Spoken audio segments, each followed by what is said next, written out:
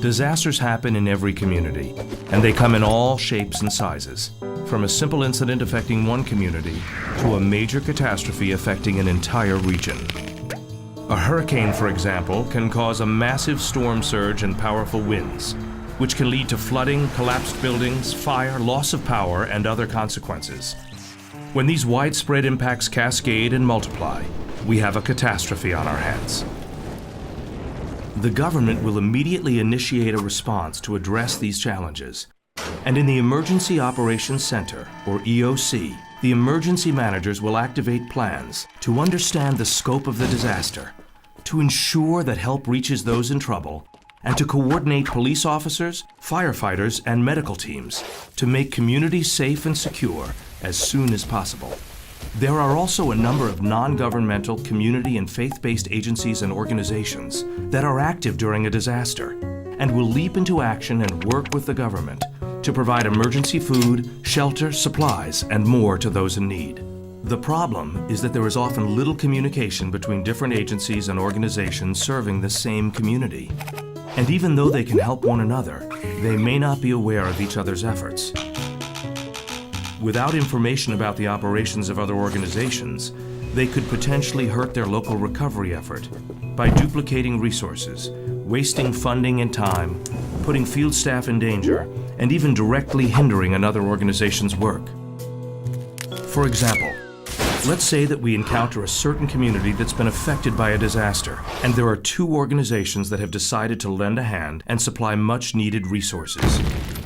Since they're not communicating with each other, imagine they are both providing home cleanup kits. But neither of them is providing food, which the community needs. With a quick exchange of information, one of the organizations could start providing meals. This way, two of the community's needs will be met. During a disaster, these connections are best made through communication networks coordinated with the local Office of Emergency Management. These networks bring together community organizations and agencies during a response. Since the emergency managers in the EOC have a big picture view of what is happening, they can interact and share information. An example of one of these communication networks is the Local Voluntary Organizations Active in Disaster, or VOAD. VOAD is a network of non-governmental, community and faith-based agencies and organizations that specialize in disaster services and convene on a regular basis for information exchange, even when there are no disasters. Although each agency or organization is in charge of its own operation, the members communicate with one another so they can share emergency information and coordinate emergency efforts to provide vital services to those in need.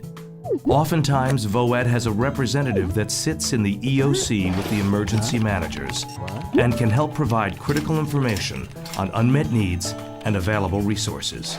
Some are affiliated with national organizations and should link with them, as these larger agencies will be present during a disaster as well. It is critical to understand that these connections cannot be formed during the chaos that surrounds a catastrophe. We must connect before a disaster strikes and stay connected. Learn how you should connect with your local emergency management office now.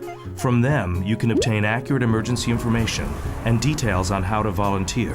Visit their website and become familiar with the different programs and educational materials that are offered. Sign up for emergency alerts if available.